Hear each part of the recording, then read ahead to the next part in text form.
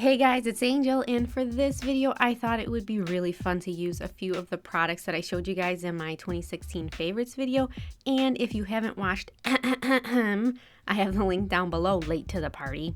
So I'm gonna show you not one but two mer-manis using my stamping plate collab with Bundle Monster. And I recently spied with my little eye that Bundle Monster added the last two blogger collab plate sets to Amazon, and it looks like they're on sale. That's the cheapest I've ever seen these sets. I don't know how long they're going to be this cheap, but my plate is in set number 3, and set number 4, I don't own any of these plates, and I'm kind of thinking about buying them myself, and then I'm gonna have another twice-star plate. I'll have both of the sets linked down below. Okay, so on to the tutorial. First up, this mani is dedicated to all the Holo mermaid bitches out there because we gotta stick together. I don't even know what that means, but we're gonna do it. For my base coat, I used Peel Off Base Coat.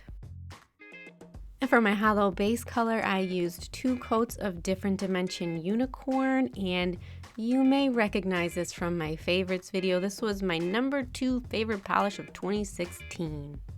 And it looks sheer on that first coat, but then it's perfectly opaque on the second coat. And then I'm going to do a little reverse stamping with my Mermaid plate. Here I'm using Bundle Monster Straight Up Black stamping polish, and I'm going to pick up the Mermaid scale design and using a very fine detail brush. I believe these are from Winstonia. I'll link them down below. I chose a pink and a sort of mint stamping polish to paint in the scale design. Now you're gonna see that I'm just kind of picking them at random because I wanted the Holo base to show through.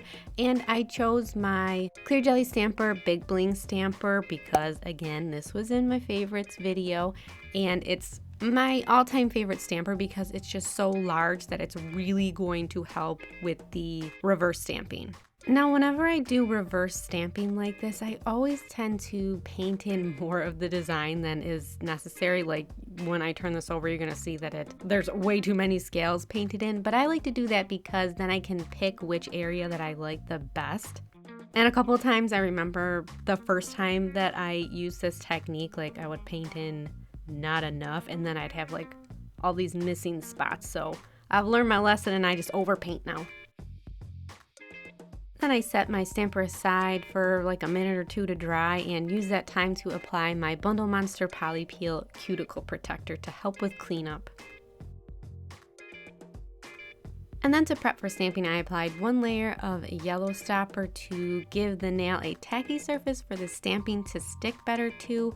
Now, I should have put yellow stopper in my 2016 favorites video because it was definitely a game changer for me. And I know that's kind of like a serious thing to say, but in the past year, I discovered that using yellow stopper prior to stamping just upped my stamping game to the next level because it gives you more time to transfer the stamps to your nail. Now that I'm done with my love song to yellow stopper, we can continue on stamping. So now you can see why I love the Big Bling Stamper. The stamping head is so large that there's very little distortion of the image, which helps with placement, and it lets so much light in. And now that our nail is stamped, we could remove our poly peel or whatever liquid latex you choose to use. This one just happens to be my favorite. And if you aren't using a liquid latex at this point, you are a straight up savage. I'm just kidding. Okay, and now on to the other item that I should have included in my 2016 favorites video. For years, I was using a very small cleanup brush, and Twinkle Tea sent me their number 6 brush earlier this year, and it was like, oh my god, what have I been doing all of these years wasting my time with this small itty bitty brush? I love it. It makes cleanup so much easier. And then I just repeated that process for 3 more nails, and now that I'm thinking about it, this is probably where it would be handy to have multiple clear stampers. And I do have another clear stamper, but it's like a small one, and you know, I probably would have messed up then. And also, you might be asking yourself, is she putting those scales on upside down? And yes I am, and you'll see why.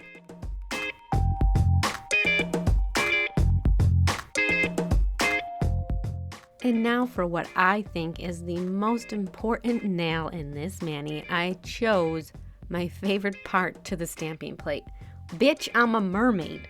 And obviously, the best finger to put this stamp on is your middle finger. And that's why I put the scales on upside down, because then you could use your finger as a weapon to tell the haters, bitch, I'm a mermaid. You just pop it up. It's very effective. And to protect my new weapons, I applied Super Chic Lacquer Liquid Macro Top Coat. And please, someone tell me that that stamp does not look perfect over Different Dimension Unicorn. Match made in heaven. I can't even tell you how happy this mani made me. It combined like all of my favorite things. Mermaids, neon cream polishes, stamping, holo. It's everything. This mani is me. I am this mani.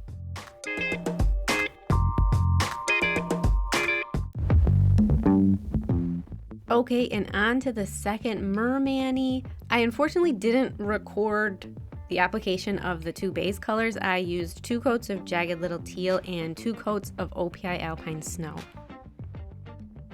And over those I applied 2 coats of China Glaze Twinkle Twinkle Little Starfish, which is also from my favorites video. And I just feel like this is mermaid in a bottle, and it's a good substitute if you don't want to use the nail powders that kind of give you that mermaid look, because this is gorgeous and I'm dying to use this over other colors. And then since we're doing more stamping, I applied more Bundle Monster Poly Peel to protect my skin. And then I also used yellow sapper again like the previous mani to help with stamping.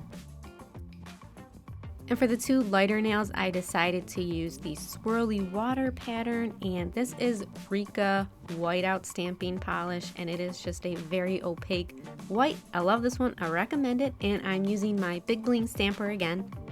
And I had to pick up a couple of curly bits of the stamping that were trying to make their way back onto the nail.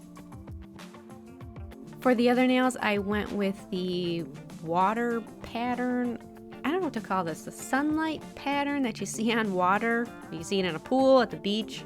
And look at that pickup, people. This is a perfect combo of products. I thought the white stamping over the greenish gold shimmer kind of looked like the murky sea. Oh, I'm so romantic. And once I had all my nails stamped, I could remove my poly peel. A little more cleanup using my number 6 brush, and I always use 100% acetone for cleanup. I never really say that. I don't know, do people actually use polish remover for cleanup?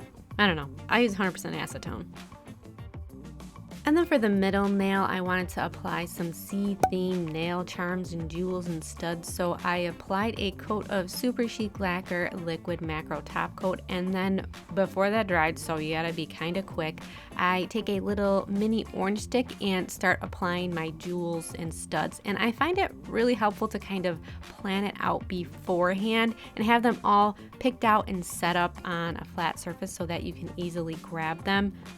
And then as you can see, I'm not really pressing them into the polish at first. Since the polish is gonna dry, I kind of just lay them down, and then once I have them all placed, I can push them into place. And also, I usually take my photos, immediately after this, within a minute or 2. And after I take my photos, if I'm going to wear the mani, I usually go back over my jewels and studs with another coat of top coat to seal them in. But I just feel like taking the pictures before that coat helps to show the jewels better. And that completes the second look, and I was so happy with how that white stamping looked over those lighter colored nails. I thought it just looked so magical and fairy princess-like. I really felt like Ariel with this one. So that completes the tutorial for my 2 mermaid manis using some of my favorite products of 2016. Now, I don't think many people think of doing mermaid nails in the winter, but then I remembered, well, it is technically summer for half of the world, and it's not like mermaids hibernate. They need representation year-round. Let me know if you guys are going to bust out some cold weather mer-manis. And don't forget, you can follow me on Instagram, Snapchat, and Twitter at twy_star. Thank you guys so much for watching, and I'll see you in my next video. Bye-bye.